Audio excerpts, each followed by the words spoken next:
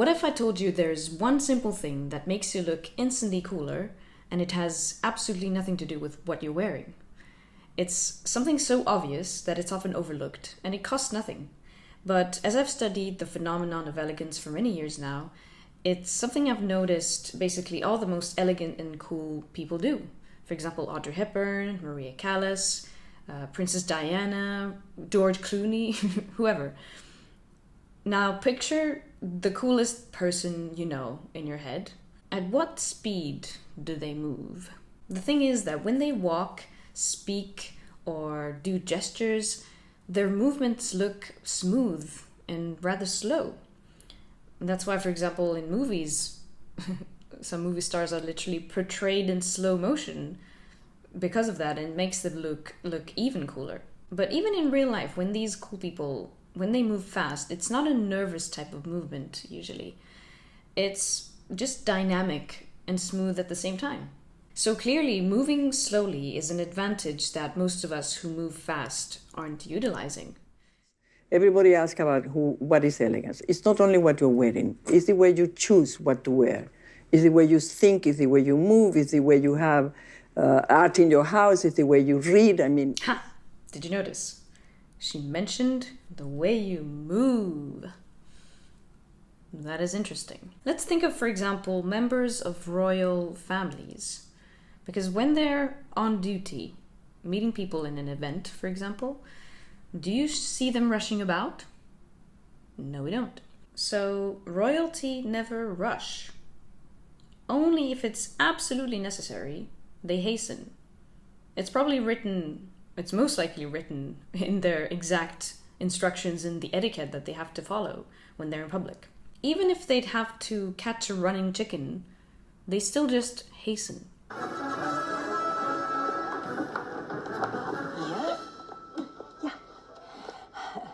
Princess never chases a chicken. Here's what the opera singer Maria Callas says about this thing. I was taught then, I'm talking about 14 years old, the continuous flowing of a movement, which in other words was stupidly done, but in any case, it was always this movement, exercises of this kind of movement, which means freedom of this also. So clearly, all of this goes to show that the fluidity of our movements is especially important if we're performing in any way in public. But I've noted that doing something slowly is often much harder than doing it fast. In many cases, not all the time. But for example, think of dancing. If you know the, dance style called rumba, which is quite slow, that's one of the hardest ones there is in ballroom dancing, as far as I know. Just because it is so slow. And there are probably lots of other examples too, but also when we're doing public speaking, it's very easy to just go and ramble anything that comes to your mind because of the nerves you have.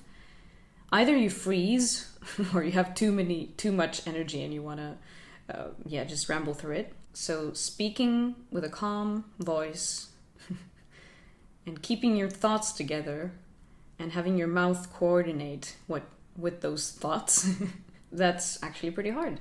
Now I'm starting to get ever so conscious about my movements and what I'm saying and everything, but that's part of the practice. That's why I'm doing this. The third example that I was thinking of is when slow is harder than fast is also when you're performing music.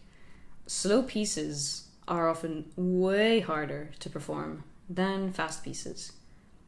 In fast pieces, you can always rely more on just the technique that you've built, that when you have enough repetition behind you, you can trust that you'll just push through it in the performance. You can reach a flow state, and often you can even perform it faster than in practice in the performance.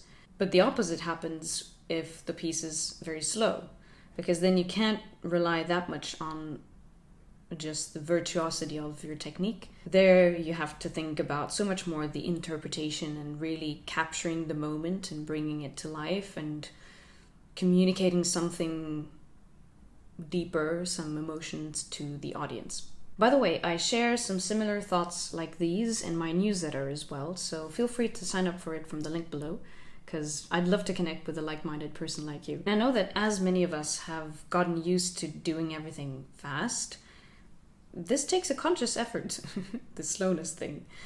But I think it's great because in addition to the fact that you may look cooler because of it, it's also easier to enjoy the present moment when you're not rushing all the time. Of course, there's lots of cultural variation in terms of how this idea of speed and motion is perceived, but it's just a nice idea to think about sometimes.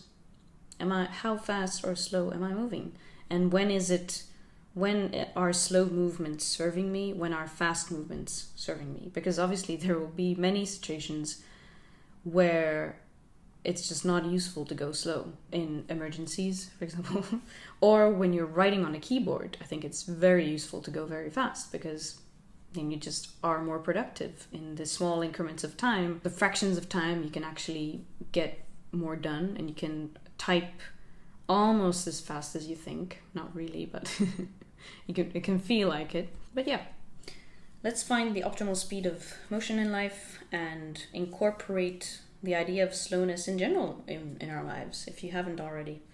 I think it's a pretty cool idea. We'll become smooth operators. In the next video, I break down what we can learn from the opera singer Maria Callas's magnetism. So now that you become cool with the smoothness, you can also become magnetic with this next video. So see you there. Bisous!